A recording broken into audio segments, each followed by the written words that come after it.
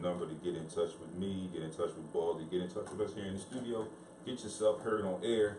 Give us your questions, comments, concerns, issues, whatever you want to discuss. Let us know. Let us hear about it. So we are going to pick up again, go back to game 4 with the records and all the things that were said. Now, for a basketball fan like myself, game 4 was an amazing game. And I wanted at points to stop watching because I saw what direction it was heading in. It was heading into like a blowout, and I tend to not watch blowouts because it takes the fun, it takes the excitement out of the game. But with that game, the shots that were made, the plays that were made by Cleveland, the plays that were not made by Golden State kept you intrigued. They kept you wanting to see what was going on, and I continued to watch. Like I said, I knew it was going to be a blowout early when I saw it, what Cleveland was doing, what they were capable of doing. And that brings up our next point. And what I mentioned briefly earlier, was that a lot of people after that game 4 came out with the questions about the refereeing, questioning the refereeing. Also, there were people who were saying that the NBA is rigged, like they wanted to have a game 5. There had also been reports out, and I posted it. If you haven't been following, please follow Friends Who Like Heat 100 SportsRap on Facebook. I have been giving morning updates, and I'm trying to do 3 a day, but sometimes it doesn't work out that way. But you definitely get at least 1 a day. I'm going to push for 2. So let's just say now, I'm not going to push. Let's say we're going to get at least 2 a day. Okay, I'm going to try and do 3, morning, midday, and evening. But you will definitely get 2 per day. Now, in those headlines, you can see everything that we will probably talk about, get to on the show. If you have any questions or comments about any of the headlines, please do not hesitate to leave those comments, and we will get to some of those on air when time permits. Now, getting back to the NBA being rigged and a lot of folks saying that it's rigged, you have to remember, folks, it is also a business, and businesses that have TV contracts thrive off of TV ratings. And so far, this series has been the highest rated finals pretty much ever. And, it's due to the super teams, it's due to the scoring, it's due to the style of play. And what we need to do, sorry about that, folks. Give me a second. Now, okay, sorry about that, folks. I am back. What we need to do is we need to remember, again, that it is a business, like I said. But I have my questions as well, me being a referee. I brought up one point where the league was maybe, it had ballooned up to like maybe 16, very close to 20. Then at one point after that, shortly after that, Golden State went on the run and cut the lead to 9. When they cut that lead to 9, Cleveland got 5 straight calls in a row. Stopped the run, boosted the league back up to about maybe 16 again. And I was watching the game, and when I saw that, I made notes for myself for today so we can talk about this. But there were other calls that were missed.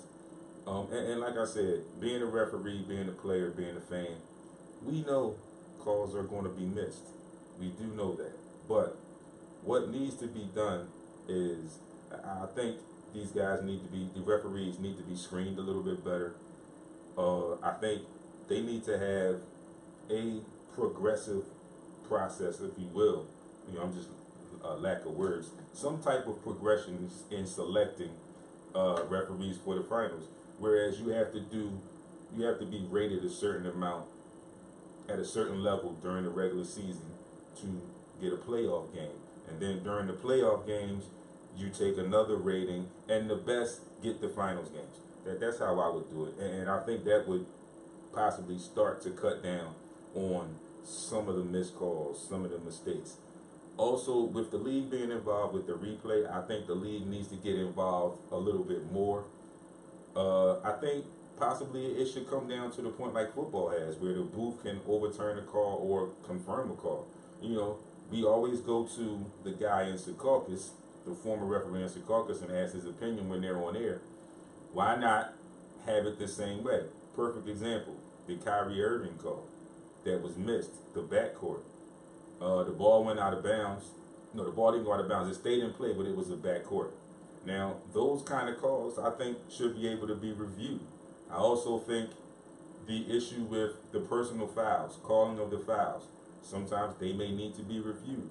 Or we need to get a spotter or another referee sitting at that scorer's table to make sure that there are no mistakes. Okay?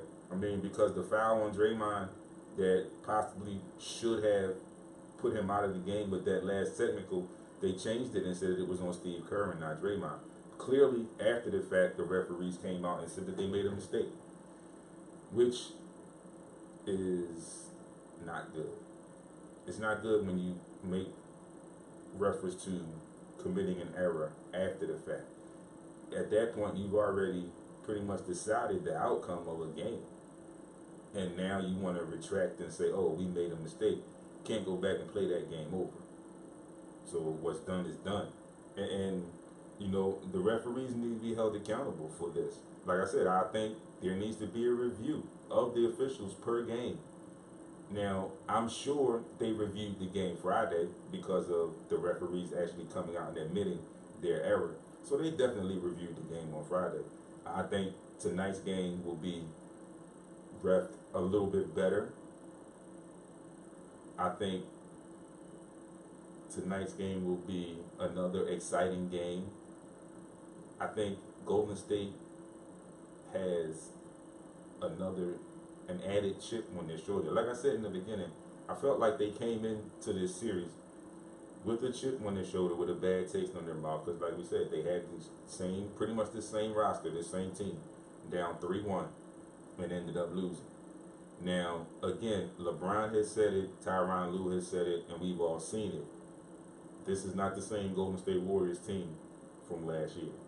KD makes a big difference. Hopefully that will get them to the right state of mind and to the right point where they can get over this hump and not fall again being down 3-1. Hence is the case right now.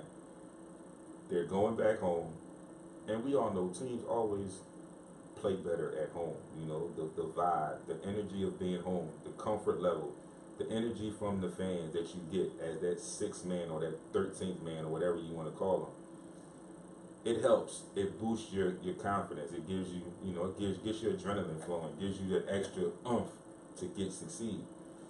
And I think that Golden State is going to come out with a vengeance tonight because, like I said, they got embarrassed. They got destroyed, humiliated. It's a plethora of words that could be used to describe what happened to them. And it's only fitting because they felt like they could beat this team. And I'm sure they went into that game not expecting Cleveland to shoot the way that they shot the ball. They figured they would come out hungry, extremely hungry and fiery and feisty because they came into game 3 and stole game 3 and late in the game pretty much at the last minute. So that probably left a little sour taste in Cleveland's mouth.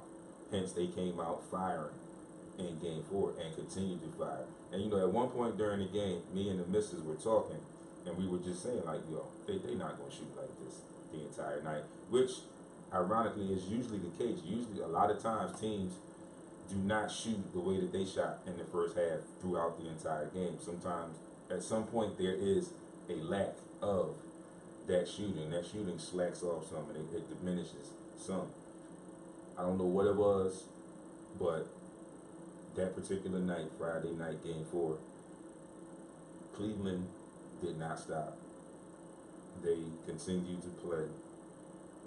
They played tough. They played hard, and they won the game. They took that game. They won that game from start to finish, and they made it so every time Golden State made an attempt to make a run, they demolished it. They destroyed that run, although they did have a little bit of help from time to time.